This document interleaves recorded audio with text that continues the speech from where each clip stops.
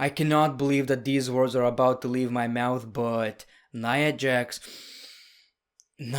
stole the show. Nia's hole.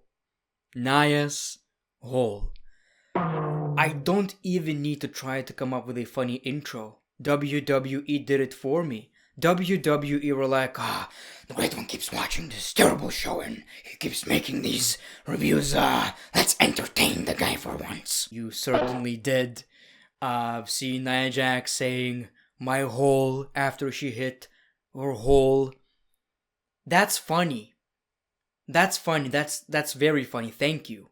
From the bottom of my heart, thank you very much. Oh shit! Like a surprising wet fart in school, I say bonjour. How are you guys doing today? Welcome back to another episode of greatness of Raw. WWE must be trying to break some kind of record because the amount of Randy Orton versus Drew McIntyre matches I've seen during the past year, my god. Like after a certain amount of matches, like let's say 10, 12, 30, 500 matches of Randy Orton versus Drew McIntyre, you gotta say, I get it. I get it. You know, it's cool. I love both these wrestlers, but I kind of get it at this point. I don't want to watch the whole show just to wait for the main event of the match that I've already seen 569 times. I'm okay.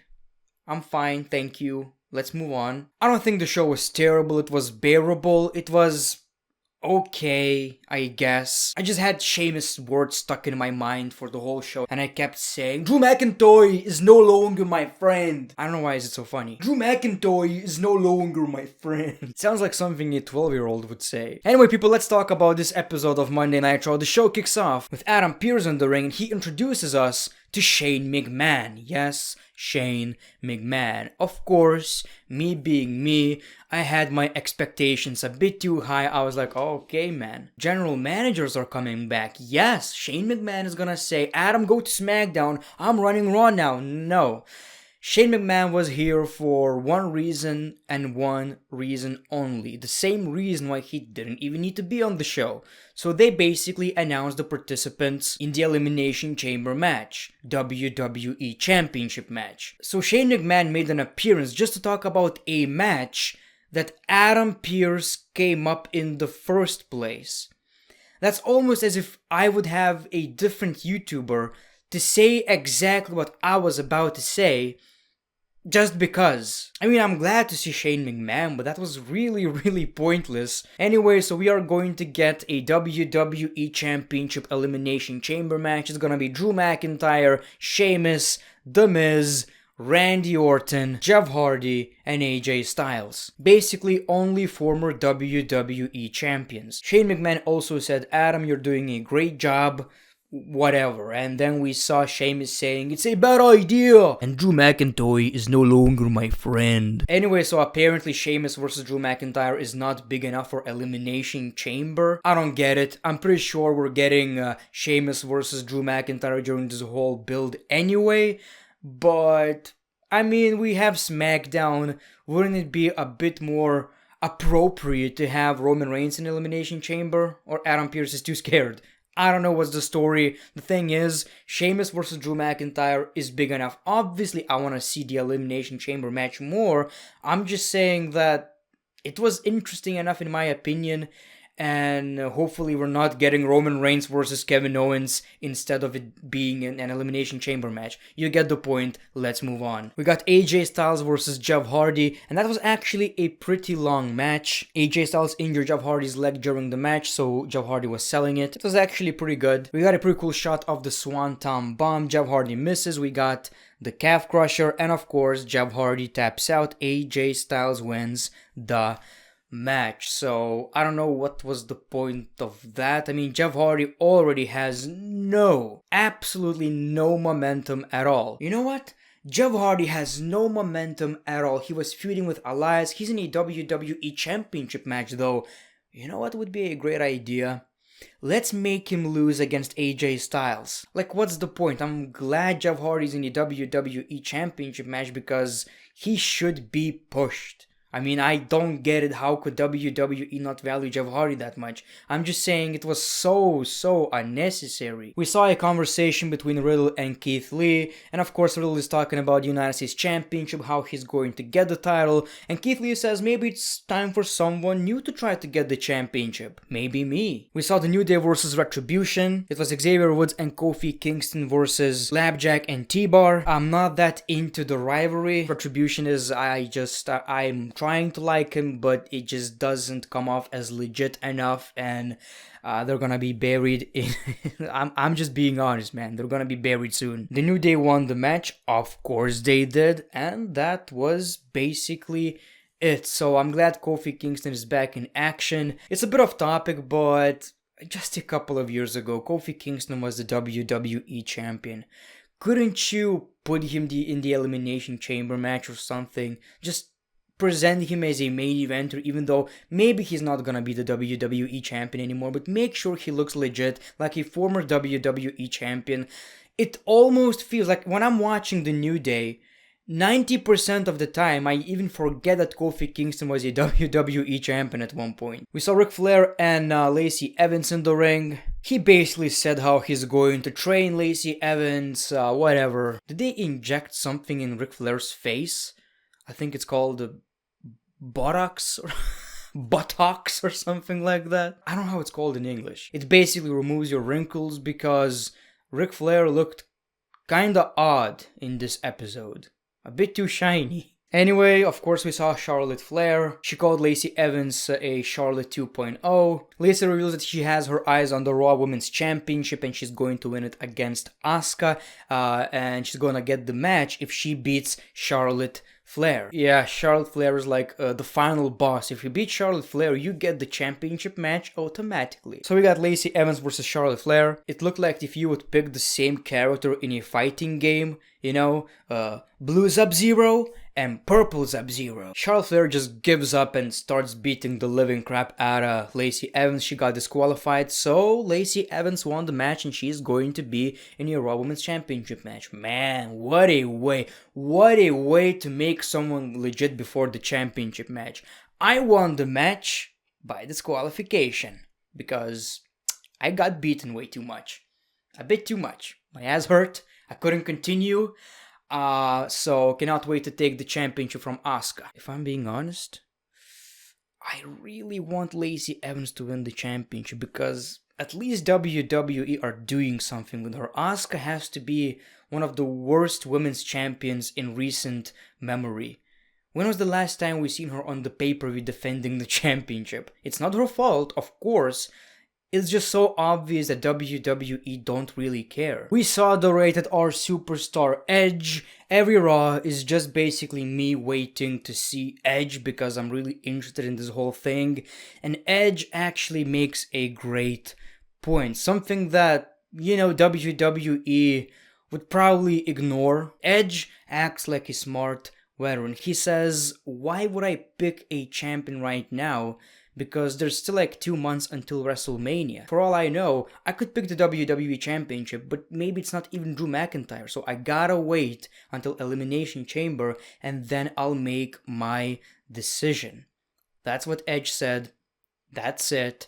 The Miz interrupts and he says, I'm gonna be the WWE champion, I'm Mr. Money in the Bank, whatever. And we got this great Edge rant, which ended by him saying, it's not enough for me to be awesome. I was awesome 20 years ago. I need to be a champion. He drops the mic and the Miz is about to cry. Yeah, so I'm sure we're not gonna see Edge on NXT right now, on SmackDown, but he teased all 3 champions. And now we just gotta wait and see. Might as well, we might see a big spear at Elimination Chamber. It's probably Roman. That's my prediction. We'll see though. We saw Damian Priest with Bad Bunny. I get it, you know, Damian Priest being with this popular dude is, I guess, on paper beneficial. I don't even know if it is. I'm sure not a lot of people actually watch WWE because of Bad Bunny. But it just looks so out of place, you know. Damian Priest is this badass dude. And it just looks kinda odd. But we had Damian Priest beating Angel Garza. So that was it. Bianca Belair encounters Asuka, and she basically says, I don't know who I'm going to pick. We'll see. Basically the same as Edge. Then we saw Riddle versus Keith Lee, which was actually a very good match. I really like watching Keith Lee in the ring. He has this interesting looking physique. He looks like a tank. He actually acts like one. That was a very nice match, and surprisingly, Keith Lee won. So now it's going to be a triple threat match at the pay-per-view. We saw MVP watching with Bobby's championship, so that was great. Keith Lee winning the match, that's awesome. Very physical match. I'm honestly kind of interested in the triple threat match. We'll see how it goes.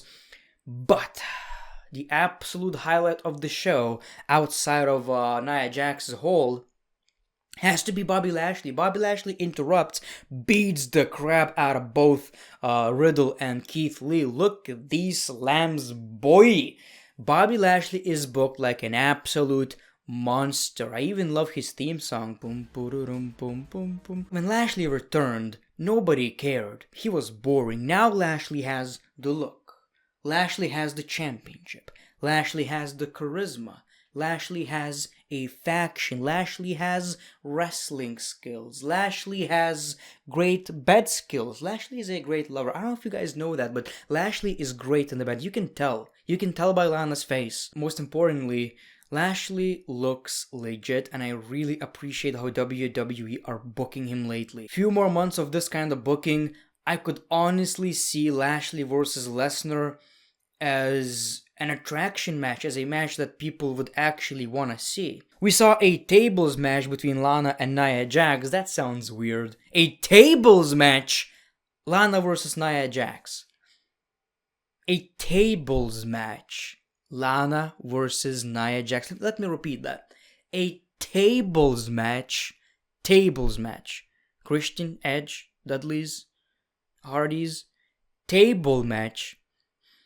Nia Jax versus Lana. Do I need to repeat one more time? A tables match, a table, one of the most extreme weapons in wrestling history. Lana versus Nia Jax. Anyway, the match was basically what you would expect it to be, but we got a big highlight. Nia Jax falling on her ass! And she was like, oh, my hole. Ah, my hole. My hole! Which one? That's the only question I have right now. Which one was it, Nia? Which hole it was? Out of curiosity, because that was a great moment, and honestly, Nia, great job. Great job. I don't know if it was real or not. Great job. We may criticize Nia. We may not like Nia. We may hate Nia. I love Nia, honestly. But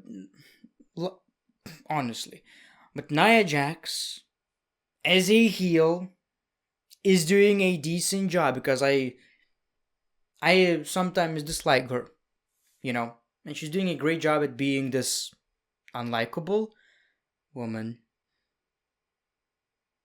But I love her. And surprisingly, Lana wins the match. Yay. Then we saw Naomi versus Shayna Baszler. And look, Naomi won against Shayna Baszler. And of course, in the main event, we saw Drew McIntyre versus Randy Orton 500 times in a lifetime. And look, that wasn't bad. I get it. We all love these two cuties. Randy is one of my favorites. Might be my favorite. Drew as well. Love these guys. Great wrestlers. Awesome. Whatever. That's not the point I'm trying to make, though. How many times are we gonna watch this match? How many times? How many times? Can't you do Sheamus versus Randy Orton? Can't you do Drew McIntyre versus Sheamus? Can't you do Jeff Hardy versus Drew McIntyre? Randy Orton versus Sheamus? Anything. So many options before the pay-per-view. But no, you decided to give us the match that we've already seen many, many times. Not for the championship, so it wasn't even intriguing at all. And of course, in the middle of the match, we saw Sheamus. He tried to bro-kick Drew McIntyre, but he bro-kicked Randy Orton. And we got a Claymore. Drew stands tall to end the show. It's a decent rivalry. It's personal. It feels a bit real. I'm just wondering, what's the plan?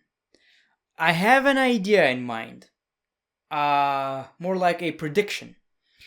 Randy Orton takes the WWE Championship at Elimination Chamber to face Edge at WrestleMania. That's, I don't know, man, that's a big possibility.